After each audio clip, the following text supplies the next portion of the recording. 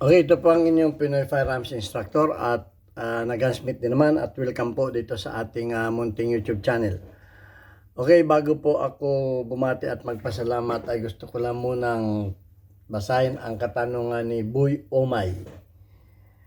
Okay, ang sabi niya, Sir, pwede ako ulit mag-request sa iyo about 45-1911 kasi yung 45, pag ikinasa na may bala, di naman pinuputok, ayaw magkasa ang tigas. Minsan pag kinasa 5 bala ang lalabas, pagka-6 na bala ay ayaw na makasa ang tigas pag ipinutok. 4 na bala lang naputok, pagka-5 ayaw na makasa ang tigas. Malinis naman ang chamber. Thanks po, sir. Okay, bago natin yan nasagutin ay gusto ko lang magpasalamat sa inyo lahat sa patuloy ninyong pagtangkilik ng ating YouTube channel at sa mga ganda ninyong comment at sa pag-share ng ating mga videos. At patuloy naman tayong dumarami. Katunayan tayo ay mahigit ng 41,000. Okay, at maraming salamat dun sa mga hindi nag-skip ng ads dahil sa ang ating YouTube channel ay ginawa ko hindi para pansarili kong kita, kundi ito ay tinutulong ko sa 6 na estudyante at na mga beneficiaries natin. Yan ang naisipan ko na gawing pagtulong ang aking YouTube channel dahil tayo naman ay 20 years na nagtatrabaho dito sa Kuwait bilang isang firearms instructor gunsmith. Magandang kita ko dito, sapat naman sa aking pamilya at nakapagpatapos na rin ng 4 na anak. So, ako naman ay tumutulong ngayon sa mga anak na single parent at sa kasalukuyan 6 ang ating tinutulungan na mga bata, na mga matatalinong bata.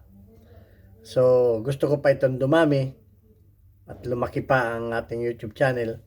Kaya tayo magpapasalamat do sa mga nagpadala dito sa ating YouTube channel, dito sa ating GCash number, ayan. At pinaghahanda naman natin ngayon yung darating na pasukan, pambili ng mga school supplies. Okay, at pasasalamatan ko din yung mga nagpadala sa ating premiere videos. Isa na dyan si Noli Peace America ng Virginia, USA. Okay, isa rin na nagpapadala sa atin, isa rin nating sponsor ay si Boy Omay. Kaya bibigyan natin ng kasagutan ang kanyang katanungan. Actually, ang problemang ito ay na-encounter ko sa mga hindi original na baril sa mga paltik. Pero sasabihin ko rin sa inyo ang dahilan ng aking experience sa mga ganito. Ito ay mahirap talagang gumawa ng baril na mahirap mag-analyze kung hindi mo hawak ang baril sigun lang sa mga tanong. Okay, ang kalimitang problema nito ay pag hindi sa bala ay sa chamber. Okay, hindi ko mo malinis ang iyong chamber ay okay na. Kasi minsan, pagka nagmamalfunction ang ating mga baril, ang ginagawa natin ay hinuhuning natin. Ang ginagawa natin, nagbibilo tayo ng liha, pagkatapos ay nilalantakan natin ng paghuhuning. Kulakutin natin kasi ang akala natin, kaya hindi nag-eject ay masikip. Okay, tinuro ko na sa inyo kung paano ang pagsukat ng mga chamber. Okay, kung yan ay kung halimbawa ginanyan ninyo at masikip yan, ay pwede ninyong, pero ang gagamitin ninyo ay mga factory load na bala, wag yung mga reload.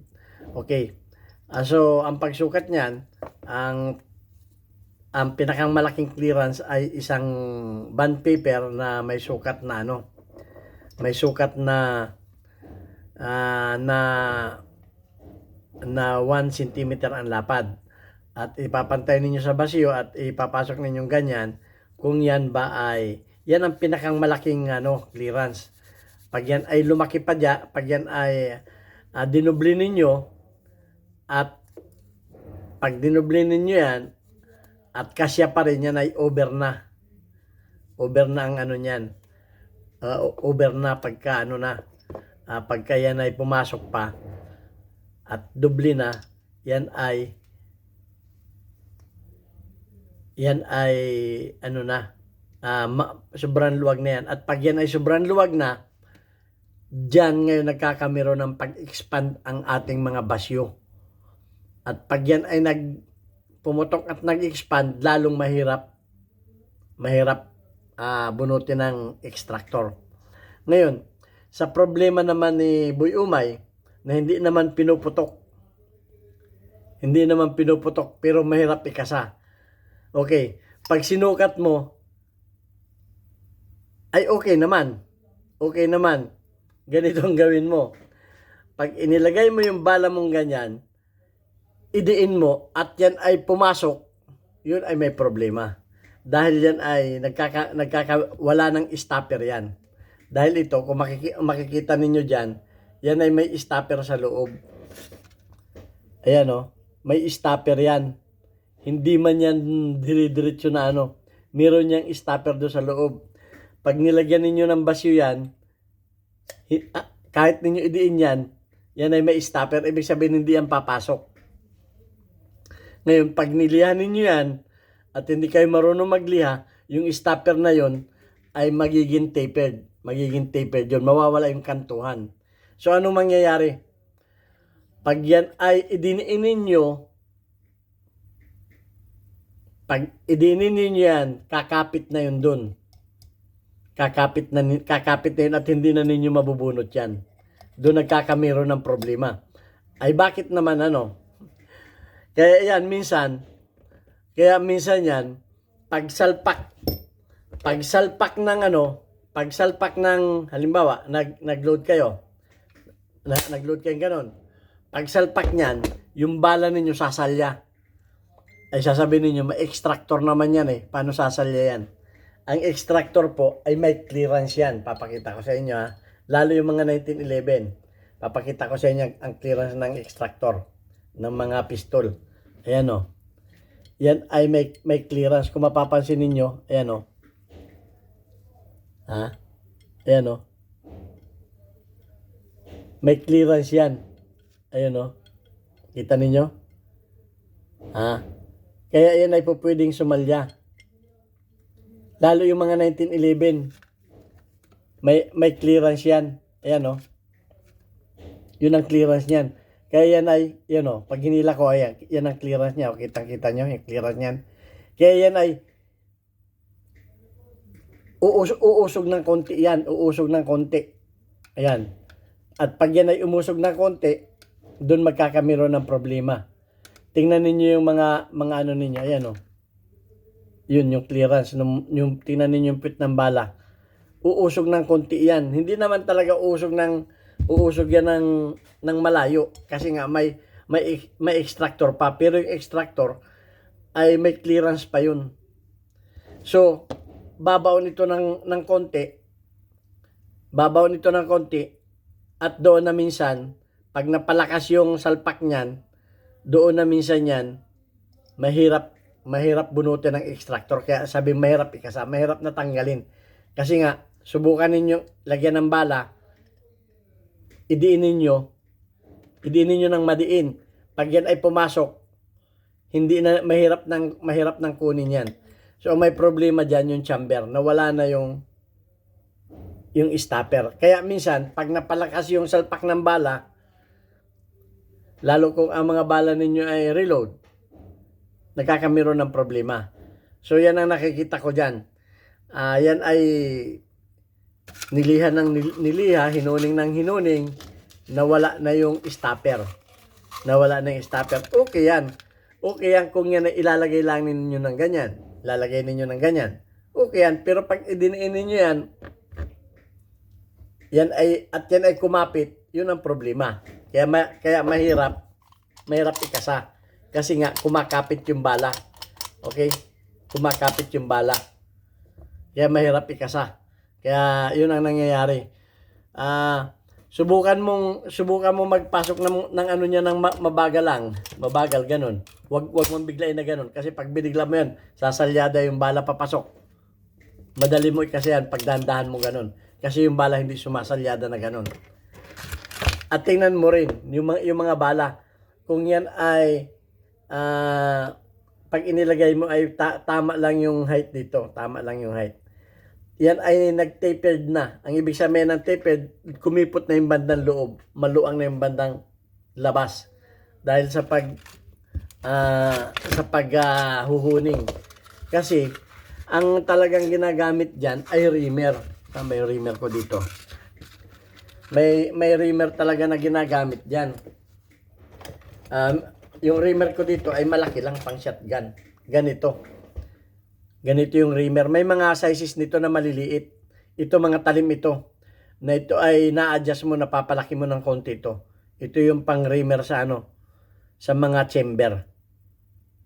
Sa mga chamber, ito yung pang reamer. Para yung kanyang butas ay diretso, hindi man pa ganon. Kasi pag yung liha, ginagamit lang yan sa pampakinis.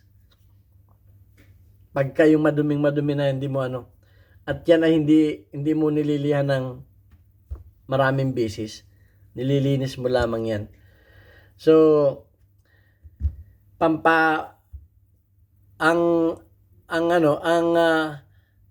meaning ng huning ay smoothening the hole. Pinapakinis mo lamang yan. Ang reamer ay enlarging the hole. Yan ang turo sa machine shop.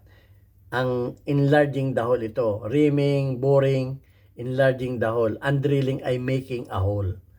Yan ang meaning niyan. O ang barina ay pamgawa ng butas. Ang itong milling at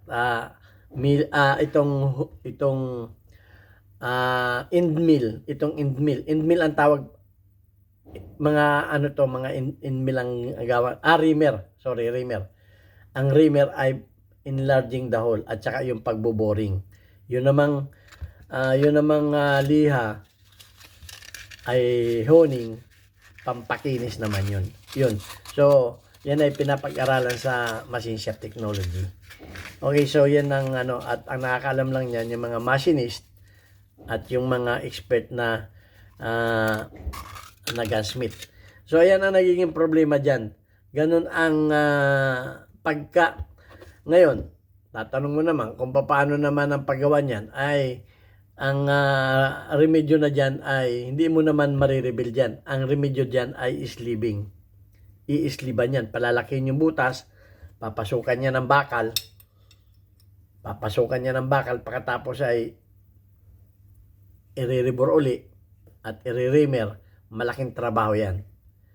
So ayan ang diyan, para at yan ay lalagyan ng stopper. Yung sleeve na ilalagay diyan ay medyo mahaba ng konti para magkamero ng stopper. So ang nakakaalam lamang yan ay magagaling na machinist at magagaling na gunsmith. Dahil ito, ang original na barrel ay nagkakahalaga ng mas maganda pa dyan kung walang makakagawa niyan ay mayroong magagaling din gumawa ng barrel. Okay? May nakakagawa niyan. May mga gumagamit ng rippling tool. So yan, pag hindi palit ay sleeving ang remedyo na pag dyan. Pero hindi natin pwede pakita ang pagkagawa niyan, sleeving, dahil madadali tayo ng YouTube. So yan, at ako ini-explain ko lamang kung paano gawin yung mga ganyang pamaraan. So yun lang ang masagot ko dyan. At kung meron naman kayong alam na pamamaraan pa dyan, ay welcome naman dito sa ating YouTube channel. Kung may alam kayo na pamamaraan dyan, ay wag lamang yung pambubuli, dahil hindi natin ina-accept yung mga pambubuli. Okay, so para sa iyo, Boy Umay, ganun ang gawin mong pagtitesting. At pagkayang tama yung sabi ko, ay di ang remedyo dyan ay sleeving. I-sleevan yan. O di kaya papalit ka na ng bagong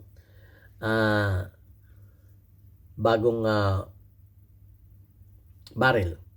Okay, so far yun lang muna ang ko, dahil yun ang pagkaunawa ko sa tanong mo, sa abot ng aking malit na kaalaman, ay yun ang aking pagkaunawa at yun ang aking alam na paano gawin yan at paano malalaman. Kasi ang magaling na ang magaling talaga na gunsmith ay magaling, kumbaga sa doktor ay magaling mag-diagnose. Ayan. Mahirap talaga i-diagnose ang isang bagay na hindi mo na makita. Sa doktor, maliban sa matatanong mo yung yung pasyente, ma-interview mo, ay may mga lab test pa. Ay wala tayo, hindi ko nakita yung So yun lang ang pagkaunawa ko dun sa iyong tanong. At sana, kung may mga problema pa kayo, at mag-follow up question lamang kayo sa mga tanong ninyo kung hindi tumama yung aking tanong. At kung meron naman kayong alam na kasagutan sa ating mga viewers, makisa kayo sa mga comment section natin. Okay, maraming salamat sa inyo. God bless us all. Thank you very much.